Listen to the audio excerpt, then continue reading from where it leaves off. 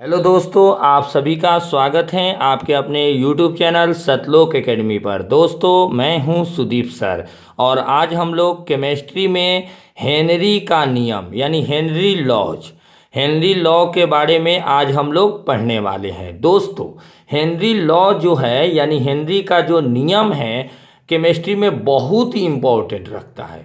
ठीक है, तो आज हम लोग दोस्तों हेनरी लॉ के बारे में पढ़ने वाले हैं। तो देखिए, तो दोस्तों हेनरी लॉ को हम बहुत ही बेसिक ढंग से इसको पढ़ने वाले हैं। दोस्तों, हेनरी का नियम, गैस और द्रव, क्या कहेंगे, जब गैस और द्रव को, देखिए, जब गैस और द्रव को, गैस में क्या ले लेते हैं, गैस में हम क्या ले लें, विलेय ले लेते हैं, विलेय, और द्रव में क्या ले लेते हैं, विलायक। जब गैस और द्रव आपस में जो प्रतिक्रिया जैसे ये होती है, तो ये जो इसके जो नियम को जिसने बताया वो उसका क्या नाम है, हेनरी। यानी हेनरी साहब ने बताया कि गैस और द्रव, गैस जो आपका विलेय को इसमें टर्म में आते हैं और द्रव जो विलायक के टर्म में आते हैं, इससे जो आपका जो प्रतिक्रिया होती है इसी को क्या दिए, हेनरी के नियम कहते हैं, हेनरी के नियम के अंतर्गत आते हैं। इसका उदाहरण के अगर लिए देख लें, उदाहरण इसका दोस्तों एग्जाम्पल में अगर देख लें, तो इसका एग्जाम्पल में दोस्तों अगर मान लीजिए CO2 कार्बन डाइऑक्साइड और H2O ले लेते हैं, कार्बन डाइऑक्साइड विलेय और H2O, ये दोनों को जब आपस में लेते हैं तो ये सोडा वाटर, ये क्या होता है, सोडा वाटर होता है,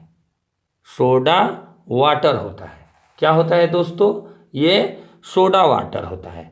तो ये जो सोडा वाटर होता है दोस्तों, अब हम क्या करते हैं, जैसे अब दाब देते हैं, क्या देते हैं, दाब, तो दाब के फलस्वरूप अगर CO2 की उपस्थिति में ये क्या होता है, एक आपका एक बीकर में एक कोई बीकर लेते हैं और इसमें H2O भर देते हैं, क्या भर देते हैं, H2O। तो H2O में ये दाब CO2 की उपस्थिति में होती है, तो ये जो प्रतिपादन किया जिसको हम हेनरी का नियम कहते हैं, क्या बोलते हैं दोस्तों, हेनरीज लॉ यानी हेनरी का नियम बोलते हैं।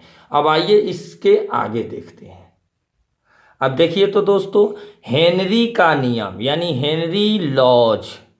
हेनरी का जो नियम आया, हेनरी का जो आपका रूल मिला उसको पढ़ेंगे। ठीक है, हेनरीज का नियम, इस नियम के अनुसार यानी हेनरी के नियम के अनुसार स्थित ताप पर किसी गैस की द्रव में विलेयता गैस के दाब के समानुपाती होती है। ठीक है, एक बार और पढ़ेंगे।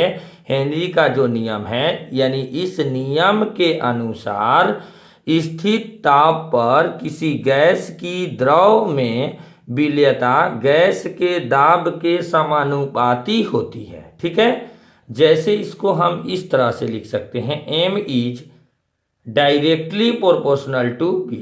ठीक है, इस तरह से हम लिख सकते हैं, या M is equal to KHP।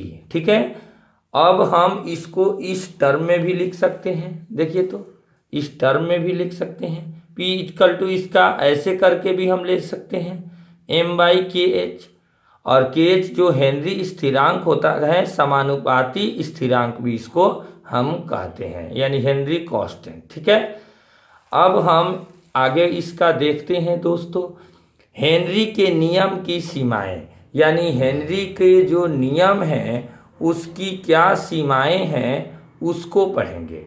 Henry के नियम की सीमाएं, हेनरी के नियम की सीमाएं, एक नंबर सीमाएं हैं, हेनरी का नियम बहुत निम्न ताप पर लागू नहीं होता। यानी हेनरी साहब ने जो नियम दिया, इनका नियम जो है वो आपका बहुत निम्न ताप पर लागू नहीं होता है। ठीक है, इसका रोमन 2 में लिखा है दोस्तों कि दाब का मान बहुत अधिक होने पर भी यह कार्य नहीं करता। यानी दाब का मान अगर अधिक हो जाएगा तो यह हेनरी का नियम कार्य नहीं करेगा। रोमन 3 दिया है दोस्तों, यह नियम तब भी लागू होता है जब गैस की विलेयता का मान विलायक में बहुत कम काम करता होता है, कम होता है, यानी बहुत कम होता है। यानी यह नियम तब भी लागू होता है जब गैस की विलेयता का मान विलायक में बहुत कम होता है, बहुत कम मात्रा में होता है। ठीक है, तो अब इसमें ये जो नियम, जो हेनरी के जो नियम हैं, इस नियम के अनुसार इस सब बातों को हमको ध्यान देना होता है।